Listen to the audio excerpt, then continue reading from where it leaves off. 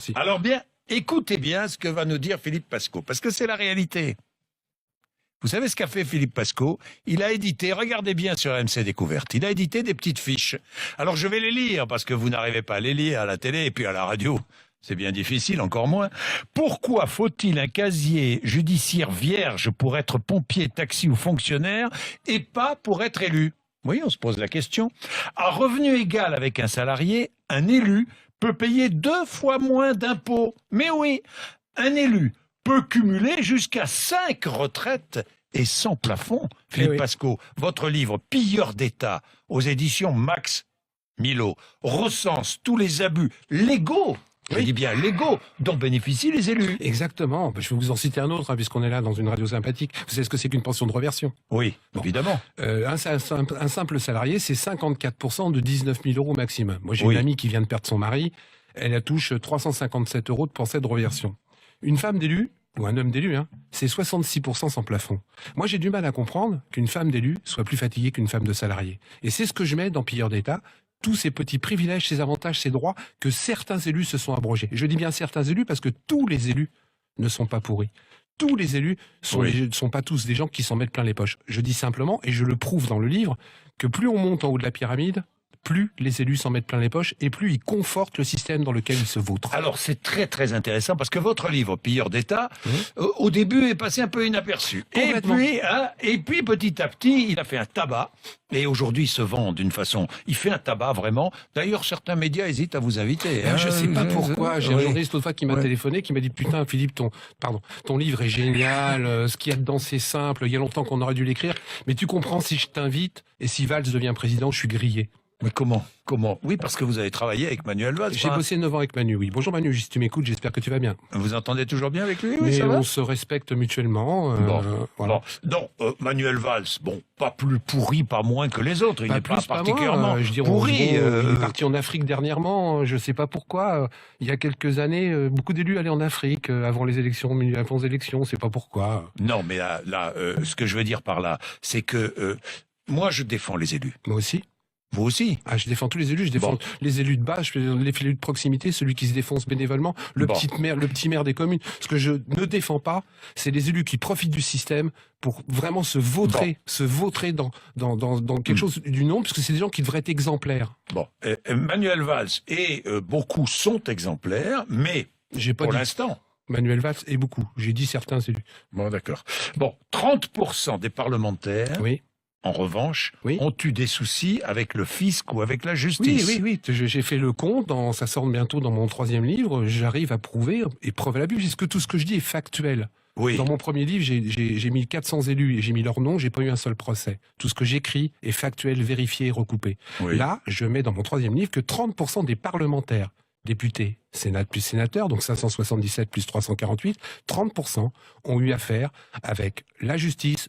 Ça veut dire quand même que 70% n'ont jamais mis un centime dans leur poche. Mais il y en aurait même que 1%, Jean-Jacques, ça serait trop. Je rappelle encore une fois que c'est des gens qui votent des lois pour nous demander de nous serrer la ceinture. C'est des gens qui votent des lois pour dire que les gens qui sont au RSA aujourd'hui, on va pouvoir fouiller sur leur compte en banque pour savoir si c'est des gens qui, quelque part, dépensent un peu plus que le RSA. Et c'est des gens qui, quelque part, ont des comptes en banque en Suisse. Il y a 150 à 160 députés qui se sont payés une maison personnelle avec l'IRFM.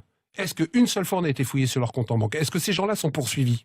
Moi, si je fais ça, 3 mois après, on vend ma maison. 3 mois après, je passe en justice. Comment ça se fait que les élus, il faut 15 ou 20 ans pour que quelque part il y ait un procès qui se passe? Comment ça se fait que des élus qui ont truandé, je vais vous citer encore un autre exemple. Rambouillet. Un élu, il a été condamné. 20 millions d'euros. 20 millions d'euros. Il avait détourné, mal géré, etc., etc. Il a été condamné à 20 000 euros d'amende avec sursis. Mais c'est pas ça le pire. Comme la mairie, c'était son petit pote, ils se sont pas portés partie civile. Donc les 20 millions d'euros, ils ont été payés par les habitants. Est-ce que c'est normal? Et en plus, c'est là où les gens sont 2 fois cocus. Comme il y a la protection fonctionnelle, non seulement l'élu, les habitants ont payé l'avocat, mais en plus ils ont remboursé les dettes. Et ça, il faut que ça s'arrête parce que les gens, je vais vous dire aujourd'hui, ils en ont marre. Mais Ils ne bien croient sûr. plus à la peste, ils ne croient plus au Bien choléra, sûr. ils n'ont pas envie des chemises brunes, ils n'ont Bien pas envie sûr. des chemises rouges. Du coup, il y a des endroits où il y a 75%, 80% d'abstention. Est-ce que c'est normal? Est-ce que ça doit continuer? Je dis non et je l'écris dans le livre Pilleur d'État. Alors, vous dites certains élus touchent plus de 30 000 euros par mois. Leurs retraites sont cumulatives. Celles Oui. d'adjoints, celles de conseillers régionaux, celles de députés. Ben ouais, Ils peuvent avoir jusqu'à 5 retraites. Et Oui. tout ça sans plafond. Mais moi, je le croyais quand j'ai commencé ma carrière d'homme politique, il y a Oui. très très longtemps. J'ai vu des maires qui disaient, bon, je laisse ma place, j'ai fait assez de machin, j'ai fait assez de boulot comme élu, je deviens maire adjoint. J'ai Oui. compris après. Oui. Ils touchaient leur indemnité de maire adjoint, plus leur retraite de maire. Nous, quand on prend notre retraite, on n'a pas le droit de travailler plus haut que notre dernier salaire. Pourquoi ces gens-là peuvent cumuler? Oui. Comment se fait-il que des gens qui doivent être exemplaires, qui doivent nous montrer l'exemple, en ont plus que les gens qui seront soi-disant censés représenter? Ça, Oui. c'est complètement anormal. Oui, et puis le casier judiciaire. hein, ça, Ce c'est- casier alors judiciaire, ça, je le c'est- dis depuis 2 ans. D'ailleurs, j'ai commencé sur votre antenne dans Oui. une autre émission qui s'appelle Les Grandes Gueules, à Oui. le dire il y a 2 ans. Comment se fait-il qu'aujourd'hui, il y a 396 métiers en France où vous ne pouvez pas travailler si vous ne présentez pas votre casier judiciaire Ouais. vierge? Vous ne pouvez pas bosser donc comme pompier, comme ambulancier, comme taxi, comme fonctionnaire si vous ne présentez pas votre casier judiciaire vierge. Je dirais même plus. Si vous êtes fonctionnaire et que quelque part vous êtes condamné, on peut vous renvoyer. Sans indemnité, sans rien.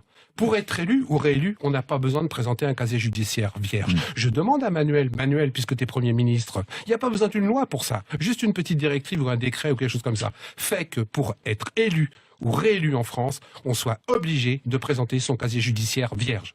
Oui. Et donc les retraites douillettes, les exonérations d'impôts, les salaires Mirobolant, les qu'on cumule. avantages. Les avantages. Alors parlez-moi des avantages. Tiens, Mais il y les en a passes plein, des droits. avantages.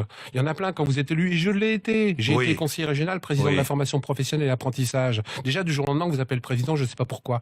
Mais en plus, vous avez le droit à la voiture, vous avez le droit au téléphone, vous avez le droit à Internet, vous avez le droit à un tas de choses. Tiens, un autre exemple, moi, qui me rend fou. Oui. Vous cumulez plusieurs fonctions. Maire, conseiller départemental, allez, conseiller régional. Vous avez des frais de représentation. Moi, je m'explique comment on fait pour manger 3 fois par jour. Puisque dans ces frais de représentation sur chaque élu, on vous paye le déjeuner. Ouais. Moi, je mange pas 3 fois par jour. Pourquoi on payerait ces gens-là?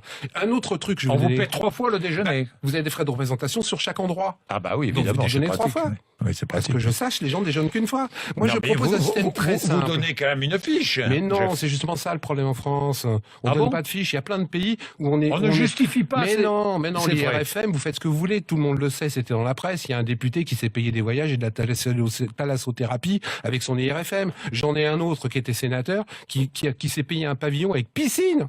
Du côté de Nice, grâce à l'IRFM. En France, c'est l'inverse. Moi, je dis simplement, il y a un truc vachement simple. Je suis pas contre que les élus aient des frais de représentation. C'est normal. C'est Oui. normal. On n'est pas non plus là pour faire du Robespierre, etc. Ça se termine toujours très mal. Mais qu'au moins, ils présentent les factures avant. C'est-à-dire qu'il y a plein de pays où vous dépensez l'argent vous-même et vous vous faites rembourser. En France, c'est pas ça. On vous donne le pognon et vous en faites ce que vous voulez. Je reprécise que ce n'est pas tous les élus. Oui. D'accord? On- C'est une petite marge importante des élus. Il y en a moins qu'on le dit, mais plus qu'on ne le sait.